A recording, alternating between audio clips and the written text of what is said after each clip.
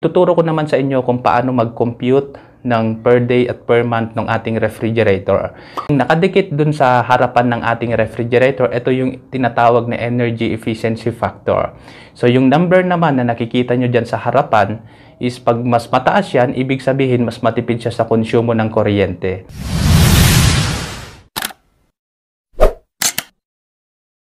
Hello mga ka-TV! So welcome back na naman dito sa J4 TV. So panibagong video, panibagong tutorial at tips na naman ang aking isi-share sa inyo. So sa video na ito is tuturuan ko kayo kung paano mag-compute ng konsumo natin ng refrigerator per day at per month. At ano yung mga kailangan natin tignan kaagad pag bibili tayo ng refrigerator. Bago natin to simulan guys, iimbitahan kita na mag-subscribe dito sa ating YouTube channel. At i-hit mo na rin yung notification bell para updated ka lagi once na nag-upload ako ng mga bagong video. So disclaimer lang guys, lahat ng mga tinuturo, mga binabahagi ko sa inyo ay ayon lamang sa aking product training. So before, nagtrabaho ako bilang isang product specialist sa isang malaking kumpanya ng appliances. So lahat ng mga training, mga monthly training na tinuturo sa amin is binabahagi at share ko lang sa inyo. So hindi po ako professional, hindi po ako engineer. Lahat lang ng mga nalalaman ko about sa mga appliances is binabahagi at share ko sa inyo para magka-idea kayo kung ano yung mga kailangan natin gawin sa ating mga appliances. Ang video na ito ay pag-uusapan natin kung ano ba yung nakadikit na yellow dun sa ating refrigerator or yung yellow paper na nakadikit dun sa harapan ng ating refrigerator pag bibili tayo ng bago nating refrigerator. Tuturo ko din sa inyo kung paano mag-compute ng ating konsumo ng ating refrigerator. Meron kasi tayong tanong dito. Mula ito kay Vance TV. Sabi niya, ano po ang ibig sabihin ng 269 na nakalagay sa yellow sticker? Kasi yung nakita ko sa isang vlog, 300 plus sa kanila. So, shout out sa iyo, Vance TV. So, itong tinatanong ni Vance TV na 269, ito yung tinatawag na energy efficiency factor. Ibig sabihin, ito yung nakadikit doon sa harapan ng ating refrigerator. Tip ko sa inyo, pag bibili tayo ng mga bago nating refrigerator, ito kaagad yung titignan natin. So, itong yellow kasi na to, ito yung aprobado to ng Department of Energy.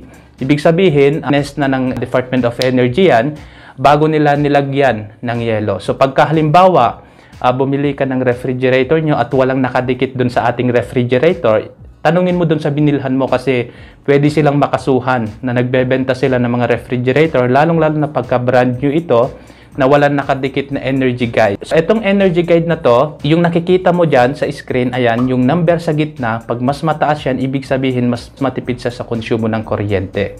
So, dyan tayo magbase kung magkano yung kinokonsume niya per day at per month.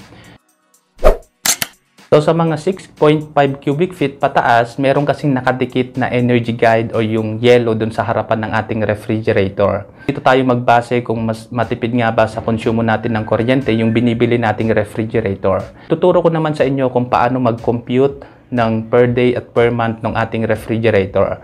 So, ganito lang ang pag-compute ng ating mga refrigerator kung magkano yung kinokonsume niya per day at per month. Example natin yung nasa screen, ayan.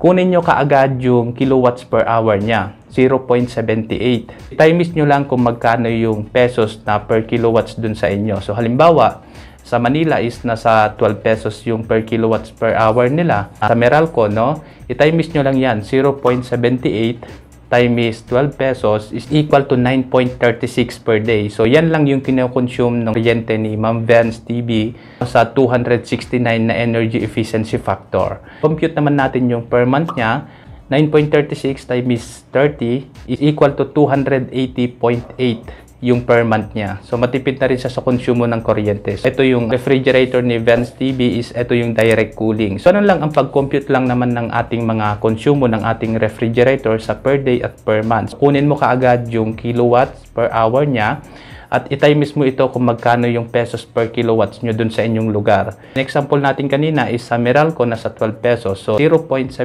times 12 is equal to 9.38 pesos per day.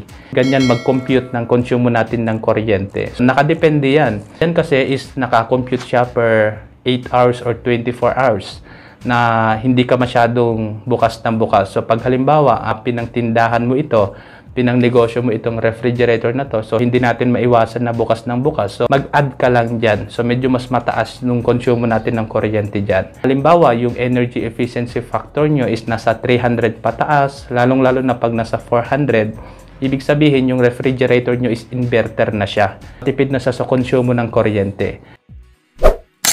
So pagka ang refrigerator mo is nasa single door or yung mga direct cooling na refrigerator is nasa 196 or nasa 100 yung energy efficiency factor niya. So ibig sabihin mga non-inverter ito, mas mataas siya konti sa konsumo ng kuryente dun sa ating inverter. So bawa naman yung energy efficiency factor nyo is nasa 443, mga ganon. So, ibig sabihin, inverter na yung inyong refrigerator. So, tipid na ito sa mga konsumo natin ng kuryente. So, around nasa 6 or 7 pesos lang per day yung kinokonsume niya sa ating mga refrigerator. So, ganun lang. Ang napakasimple lang na pag-compute ng ating konsumo ng kuryente. So, pag bibili ka ng mga refrigerator nyo, ito kaagad yung titignan nyo. Itong nakadikit na yellow dun sa harapan ng inyong refrigerator. Dahil ito yung energy guide. Ito yung guide natin kung malakas ba sa konsumo ng kuryente or hindi yung ating refrigerator. So, ka lang magbase dun sa mga nagbebenta na napakatipid sa konsumo ng kuryente. Diyan mo kaagad titignan kung matipid ito. So, kunin mo kaagad yung calculator mo. So, i-compute mo kaagad kung magkano yung per day at yung per month niya. Itong ginawa natin na video na to is guide lang. So, hindi ko po sinasabi dito na eksakto na yan na yung konsumo natin ng kuryente. So, pwedeng mas mataas dyan o mas mababa. Nasa paggamit kasi natin ng refrigerator yan. Pagka halimbawa, ikaw bukas ka ng bukas, meron kasing sensor yung ating refrigerator. Pagka na-reach niya na yung sobrang lamig dun sa ating refrigerator, ay nag-automatic na namamatay yung ating compressor. So, iwasan natin to na bukas ng bukas. Yan lang yung guide natin kung paano tayo mag-compute ng ating mga konsumo ng ating mga refrigerator. Ganun lang guys. Ito, aprobado to kasi ni Department of Energy. Lahat is tinetest na nila yung mga refrigerator na binibili natin bago nila ito binebenta dun sa bilihan ng ating appliances. Ayun lang guys, sana meron na naman kayong napulot na aral at tips na naman kung paano mag-compute, tips sa pagbili ng ating refrigerator. So kung bago ka pa lang sa ating YouTube channel ay huwag mong kalimutan mag-subscribe and hit the notification bell para updated ka lagi once na nag-upload ako ng mga bagong video. May mga katanungan ka din about sa inyong mga appliances, mag-comment ka lang dyan sa comment box dyan sa baba para pag makita ko, ay gagawan ko din ng video na tulad nito. Kung nagustuhan mo itong video na to, don't forget to like. I-share mo na rin para makita ng mga kaibigan mo, kamag-anak mo na may problema or gustong bumili kung paano mag-compute ng kanilang mga konsumo ng kanilang refrigerator. Maraming salamat guys sa panonood at natapos mo na naman itong video na to. Mag-iingat tayo palagi. God bless. Peace.